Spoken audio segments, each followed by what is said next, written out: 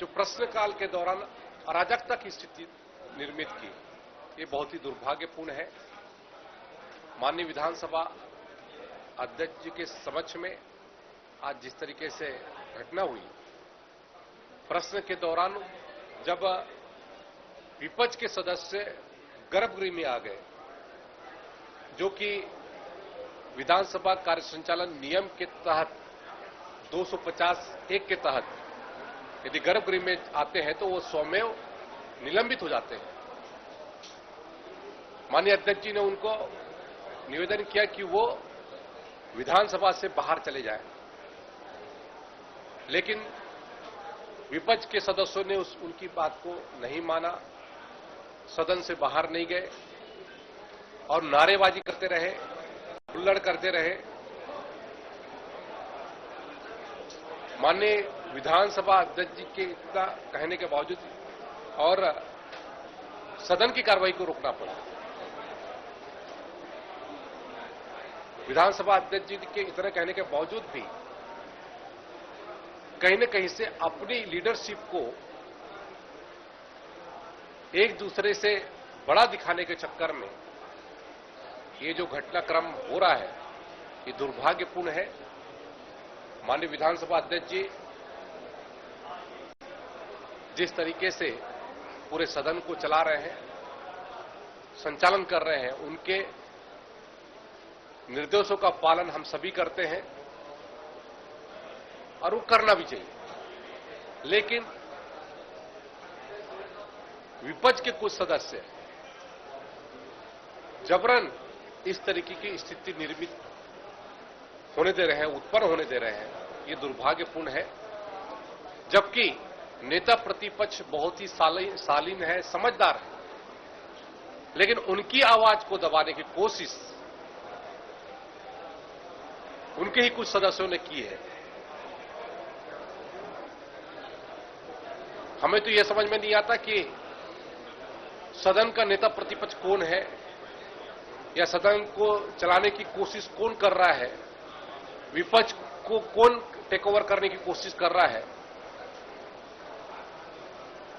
ये इस प्रश्नकाल के दौरान देखने को प्राप्त हुआ और पूरे घटनाक्रम को लेकर के माननीय विधानसभा अध्यक्ष जी, जिन्होंने अपने वहां पर जो वक्तव्य दिया और बहुत ही दुख के साथ में उन्होंने सदन को संबोधित किया कि इस तरह की घटना दोबारा ना हो, इसकी परंपरा आने वाले हमारे नए विधायकों के लिए न बने, इसलिए उन्होंने विपक्ष के सदस्यों को आज दिन भर के लिए निलंबित कर दिया। और हम माननीय विधानसभा अध्यक्ष जी के इस निर्णय का स्वागत करते हैं, जिन्होंने हमारे नए पीढ़ी के जो विधायक हैं उसमें इस तरीके से अराजकता या फिर इस तरीके से नई परंपरा विकसित न हो, इसके लिए उन्होंने जो व्यवस्था दी है उसका हृदय से हम धन्यवाद ज्ञापित करते हैं। सर, ये लगातार जेल के 14 शॉट वायरल हो रहे हैं, 10 लाख रुपए की टीवी 32,000 रुपए की जग और अलग अलग चीजें आ रहे हैं। तो उस पर अब कांग्रेस का कहना है सर कि जेल पोर्टल को बंद किया जाए, जो भी खरीदी होना चाहिए, बिक्री होना चाहिए, वो जो हमारी सरकार में हो रहे थे वही होना चाहिए, जेम पोर्टल को बंद करने की। देखिए, जेम पोर्टल में हर आइटम का यदि हम बात करें तो उसके दर अलग अलग होते हैं और जेम पोर्टल में विभाग के मापदंड के आधार पर जो सामग्री है वो परचेस की जाती है। कल भी हम देख रहे थे कि पूर्व मुख्यमंत्री जैसे ही एयरपोर्ट में आए तो उनको जग से स्वागत किया गया। तो ये दुर्भाग्यपूर्ण है कि पूर्व मुख्यमंत्री जी को ये भी नहीं मालूम कि जो ऐसे विषयों पर वो आगे बढ़ रहे हैं जिसकी कोई खरीदी प्रक्रिया हुई नहीं और जबरदस्ती ये सरकार के ऊपर आरोप लगाने की कोशिश हो रही है।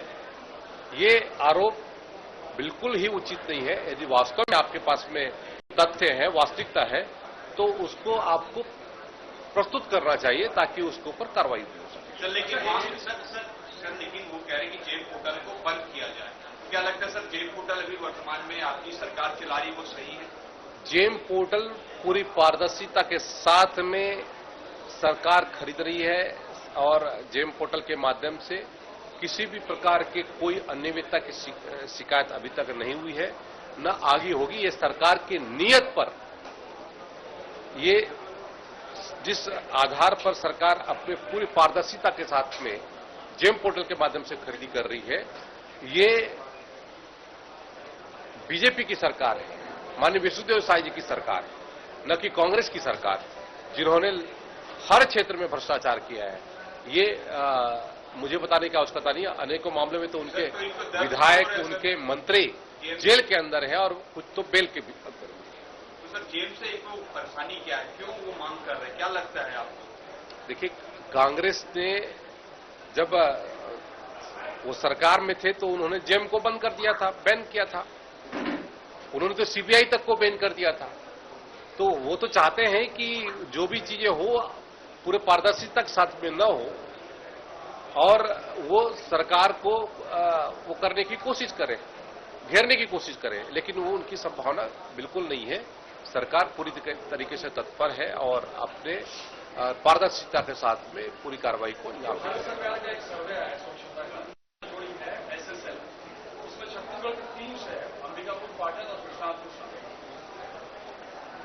मैं हमारे छत्तीसगढ़ के यशस्वी मुख्यमंत्री आदरणीय श्री विष्णुदेव साय जी को, हमारे नगरीय निकाय के भारसाधक मंत्री आदरणीय श्री अरुण साव जी को और हमारे अंबिकापुर, पाटन और विश्रामपुर के हमारे समस्त जनप्रतिनिधियों को, वहां के आम जनता को बहुत बहुत बधाई देता हूं। आपने पूरे छत्तीसगढ़ का नाम रोशन किया है।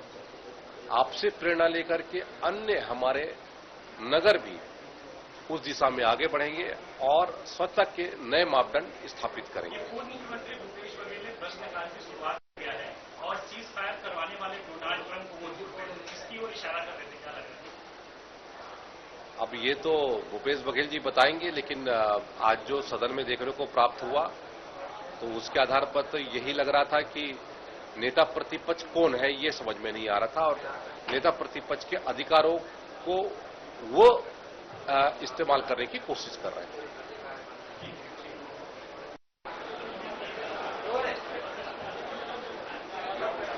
आज